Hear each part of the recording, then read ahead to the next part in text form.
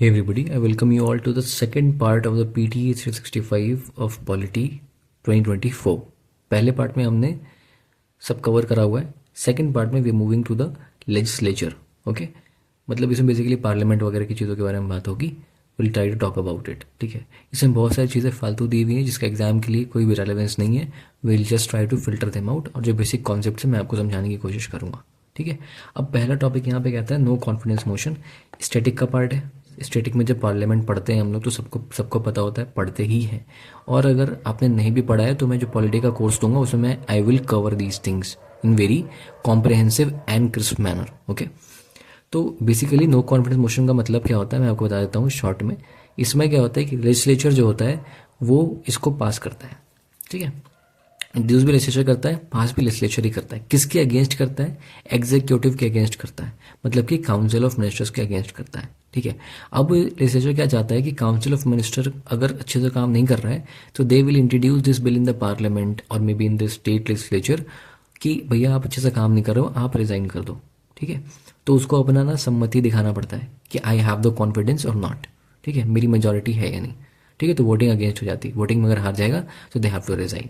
ठीक, council of minister has to resign. So this is the thing. अब ये basic classic example है this is of the checks and balances. मतलब कि legislature is trying to maintain some checks and balances over the executive. क्योंकि executive काम नहीं कर रहा है तो लेजिस्लेचर कहता है काम नहीं करो, रुको, एनसीएम पास करते हैं.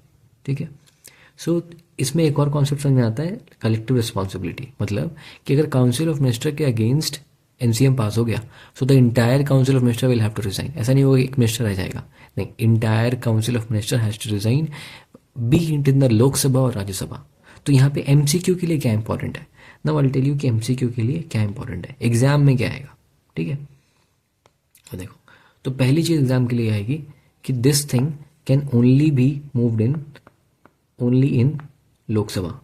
पहली चीज, एक सेकंड रुकना. Okay, only in Lok Sabha. दूसरा कि जो यहाँ पे काउंसिल ऑफ मिनिस्टर्स हैं अगर ये पास हो गया तो बी वो लोकसभा के हो या राज्यसभा के हो, दोनों को रिजाइन करना पड़ेगा. Both has to resign. ठीक है, तो आपको ये लगेगा कि यार पास तो लोकसभा में हुआ है फिर राज्यसभा वाले मिनिस्टर्स का क्या गलती? नहीं, अगर एनसीएम मोदी अभी जो गवर्नमेंट इनके लिए पास हो गया तो करंट यूपीए गवर्नमेंट है इसके लिए एनसीएम पास हो गया पार्लियामेंट में. So even if Jaishankar is from the Rajya Sabha, ठीक है, और external affairs minister he is from Rajya Sabha, right, तो अगर एनसीएम पास हो गया तो उनको भी रिजाइन करना पड़ेगा. ठीक है, तो ये चीज़ ध्यान रखना. लोकसभा में पास होता है लेकिन अगर पास हो गया तो दोनों मिनिस्टर को रिजाइन करना पड़ेगा. NCM, no confidence motion, it is done to maintain the checks and balances on the executive. करता कौन है? लेजिस्लेचर करता है. सिंपल, यहाँ तक ये क्लियर हो गया. इसके अलावा ये सब इतना प्रोसेस जानने की जरूरत नहीं है, ये सब नहीं पूछता एग्जाम में. ठीक है, this is not asked in the exam.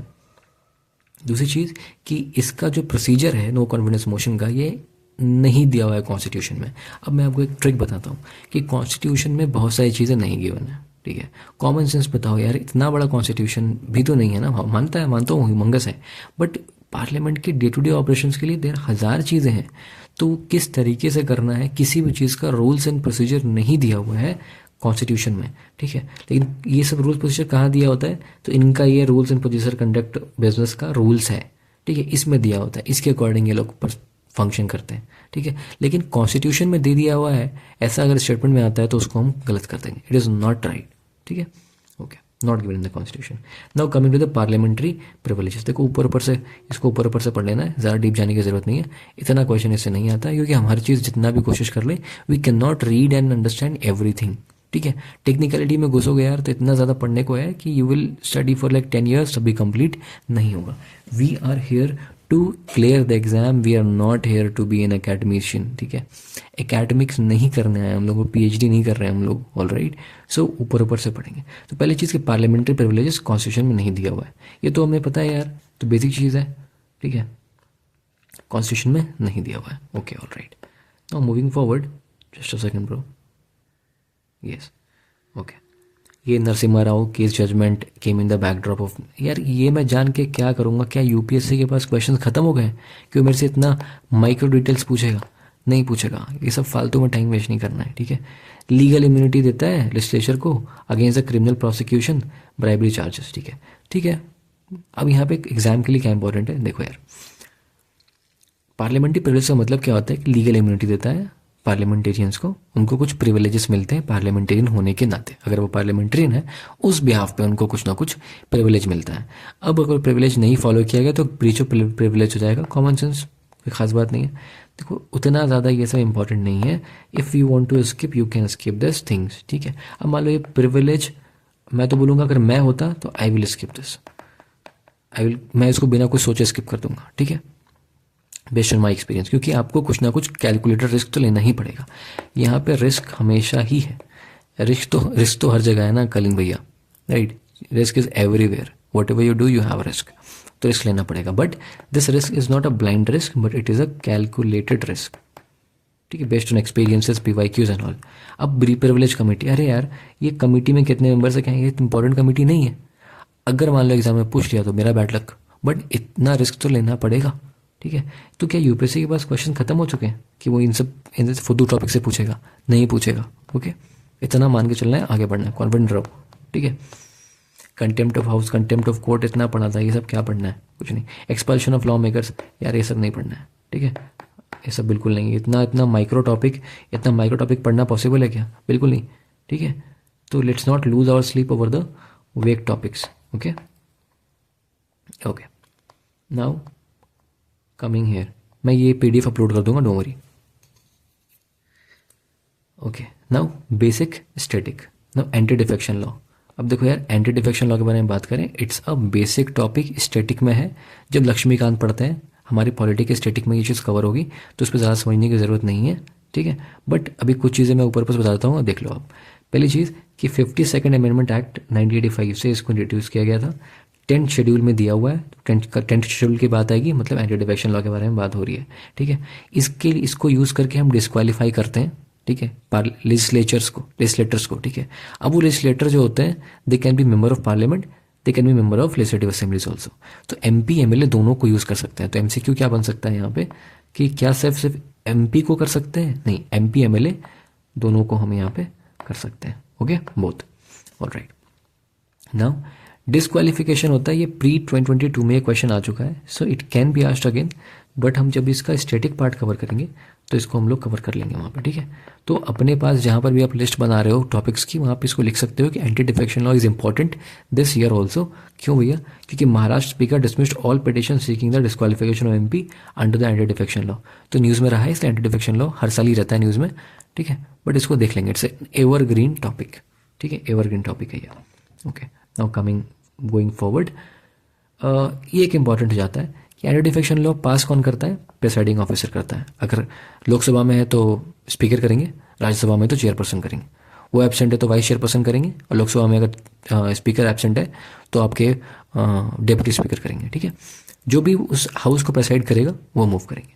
ठीक है, उनका जो डिसीजन होगा कि यार ये बंदे ने डिफेक्शन किया नहीं किया, वो फाइनल होगा।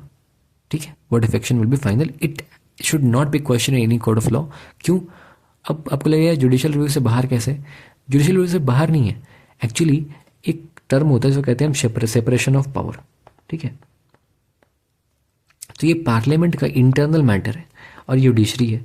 जुडिशरी पार्लियामेंट के इंटरनल मैटर में इंटरफेयर नहीं करती, इसके बाहर जो है उस पर करेगी, इंटरनल मैटर पे नहीं करती। ये खुद की अंडरस्टैंडिंग है, that is what is called as separation of power, and separation of power is also one of the basic structures of the constitution. Judiciary खुद ही क्यों वायलेट करेगी?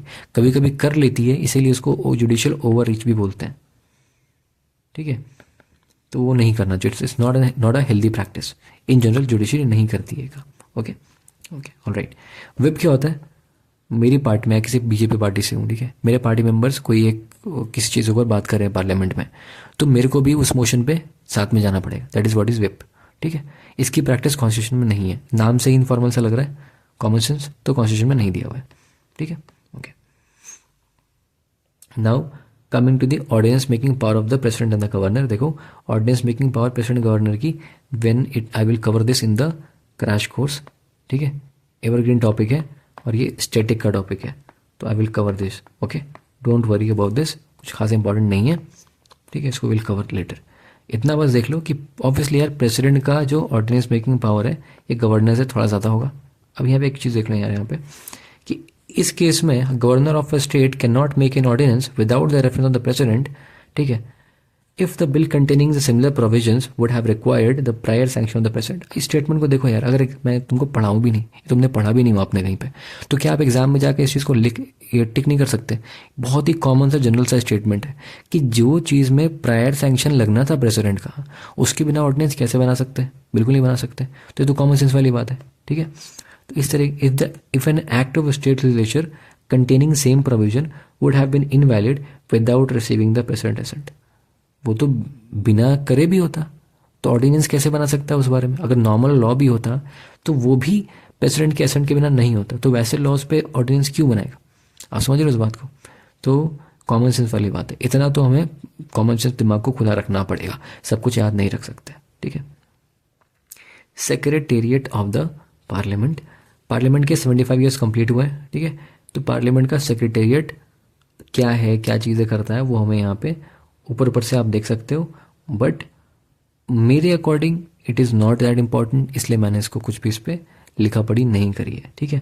तो अगर आप मेरे से पूछोगे, अगर आप चाहते हो पढ़ना तो you can go and study it, but अगर आप मेरे से पर्सनल ओपिनियन पूछोगे, सो मैं अगर होता तो मैं खुद के लिए मैं इसको स्किप कर देता, ठीक है। I would have skipped it. अगर आपको इतना ज़्यादा फेथ हो गया मेरे ऊपर तो आप भी स्किप कर दो, otherwise you can go and study it, okay. कुछ खास चीज़ नहीं है, ये नॉर्मल सी चीज़ है, okay. Now coming here, democratic decentralisation. Democratic decentralisation मतलब क्या हुआ कि इंडिया में डेमोक्रेसी थी, मतलब कि सेंटर के बाद स्टेट था, अब स्टेट के बारे में कहा कि चलो और डिसेंट्रलाइज कर दो, ठीक है। सेंट्रल गवर्नमेंट स्टेट गवर्नमेंट थी तो और छोटे लेवल पे भी गवर्नमेंट बना दो, अर्बन के लिए अर्बन लोकल बॉडीज़ बना दो, और गांव के एरिया के लिए पंचायती राज इंस्टीट्यूशन बना दो, PRI, ठीक है। तो वही यहाँ पे हुआ है। 73rd अमेंडमेंट से उन्होंने पंचायती राज इंस्टीट्यूशन बना दिया, और 74 से अर्बन के लिए अर्बन लोकल बॉडीज़ बना ली, मतलब म्यूनसिपैलिटीज़, नगर पालिका एंड ऑल, ओके। तो डेमोक्रेटिक डिसेंट्रलाइजेशन हमने किया हुआ है, ठीक है। बस इसमें इतना ही ध्यान रखना है, 73rd 74th अमेंडमेंट से सब किया गया। और ये हम जब पढ़ेंगे तो ये स्टैटिक चैप्टर है लक्ष्मीकांत का, ये स्टैटिक है, इसको कंफ्यूज नहीं होना है कि ये आपके करंट अफेयर में नहीं है, ये स्टैटिक पार्ट है भैया, ये आपको पढ़ना ही है, ऐसे नहीं, किसी तरीके से ही पढ़ना है, इट्स वेरी इंपॉर्टेंट, ठीक है।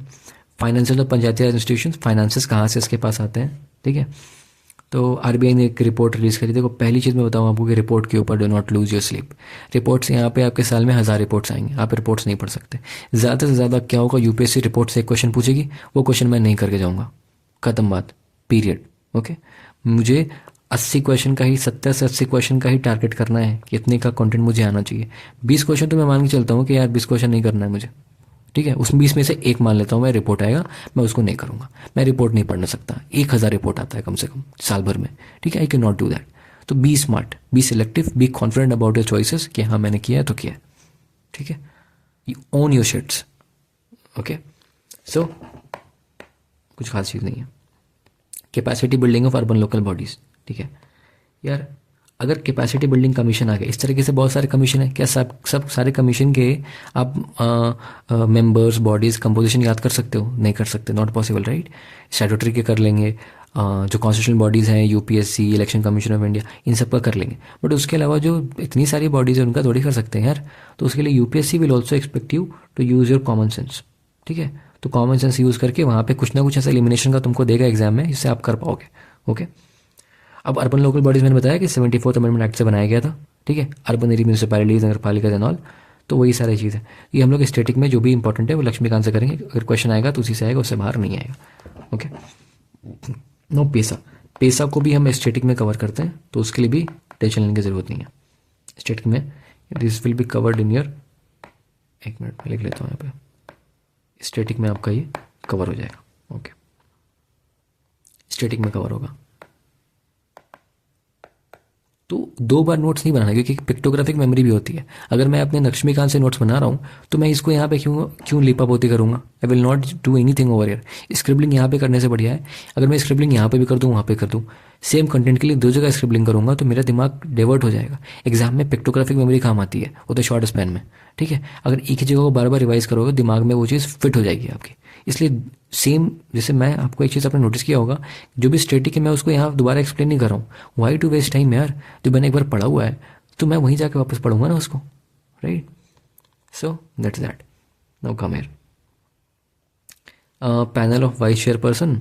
तो देखो क्या होता है कि जब भी गठन होता है, वहाँ पे मेंबर्स सिलेक्ट होते हैं, तो उसमें से पैनल ऑफ वाइस चेयरपर्सन या पैनल ऑफ स्पीकर्स ऐसा बनाया जाता है कि अगर मान लिया स्पीकर एब्सेंट है तो उसकी जगह पे वो लोग वहाँ पे, स्पीकर भी एब्सेंट है, डिप्टी स्पीकर भी एब्सेंट है, तो उस केस में वो लोग जाके वहाँ पे उनकी they can take charge of the house and they preside over the house. ठीक है, तो उसी के बारे में बात हुआ है कि वाइस चेयरपर्सन सिलेक्ट हुआ है राज्यसभा में, सारे के सारा जो पैनल है उसमें विमेन है, तो यही बात है, कुछ खास बात नहीं है. ठीक है, एक चीज़ इंपॉर्टेंट एग्जाम के लिए यहाँ पे ये है कि ये जब एब्सेंट होते हैं ना तभी ये लोग एक्ट कर सकते हैं.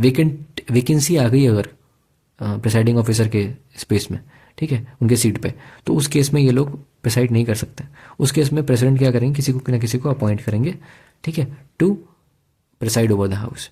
जब अच्छा एब्सेंट वेकेंट में क्या, एब्सेंट का मतलब है कि आए नहीं उस दिन, बट वैकेंसी का मतलब है कि वे कैन नॉट, वो छोड़ दिया उन्होंने सीट, वो सीट खाली हो गई. अब वैकेंसी किसके सिचुएशन में क्रिएट होती है, मान लो कि वो दे क्रिटिकली इल हो गए या फिर दे डायर्ड और रिज़ाइन कर दिया या फिर डिस्क्वालीफाई हो गए. ठीक है, इस केस में वो वेकेंट हो जाएगी सीट. मान लिया कि बीमार हैं, आ नहीं पा रहे हैं, तो उस केस में एब्सेंट होते हैं. ओके, इम्यूनिटी, प्रेसिडेंट को इम्यूनिटी मिली होती है, स्टैटिक में कवर होता है हमारा ये सब कुछ इंपॉर्टेंट नहीं है, बिल्कुल नहीं पढ़ना है ये सब. एडजर्नमेंट मोशन रिस्ट्रिक्टिव टाइप का मोशन होता है. जैसे मान लिया कोई टॉपिक मुद्दे बात चल रही है, अब वो चाहेंगे कि मुद्दे को चेंज करना है, तो रिस्ट्रिक्टिव मोशन के तौर पे एडजर्नमेंट मोशन पास कर देता है. ठीक है, सो दिस इज व्हाट इज. ठीक है, ये भी अगेन हमारे स्टैटिक में कवर होगा, लक्ष्मीकांत में है. ठीक है, सबऑर्डिनेट लेजिस्लेशन बेसिक में बताता हूँ बेसिक क्या होता है, या डेलीगेट लेजिस्लेशन. इसका मतलब ये होता है कि मान लो कि लेजिस्लेशन करने का काम किसका है, आपकी पार्लियामेंट का है या फिर स्टेट लेजिस्लेटिव असेंबली का है. ठीक है, मतलब लेजिस्लेचर का काम है लेजिस्लेशन करना. अगर किसी कारणवश लेजिस्लेचर जो है लेजिस्लेट नहीं कर पाता है और एग्जीक्यूटिव वो काम कर रहा है, जैसे ऑर्डिनेंस, बेसिक क्लासिक एग्जाम्पल इसका ऑर्डिनेंस है, तो ऑर्डिनेंस को डेलीगेट लेजिस्लेशन भी कहते हैं कि ऑर्डिनेंस तो बना रहा है एग्जीक्यूटिव, मतलब गवर्नर कर रहे हैं या प्रेसिडेंट कर रहे हैं, and president governor is a part of the executive, but काम तो लॉ बनाने के लेजिस्लेचर का है, but they are doing that. Executive क्यों वो काम कर रहा है, वो इसलिए कर रहा है, that is why it is called as delegated legislation या फिर सबऑर्डिनेट, कि वो जो हायर अथॉरिटी थी उसकी सबऑर्डिनेट अथॉरिटी जो है उनका काम कर रही है. अब इसको करने के बहुत सारे रैशनल है यार, के लिए इतना सारा लॉ बनाना है, बर्डन हो जाता है कभी कभी, तो इसीलिए ये लोग भी छोटी छोटी चीज़ों पे अपना लॉ बना देते हैं. ओके, पार्लियामेंट्री स्क्रूटनी भी फालतू टॉपिक है, कुछ नहीं है इसमें.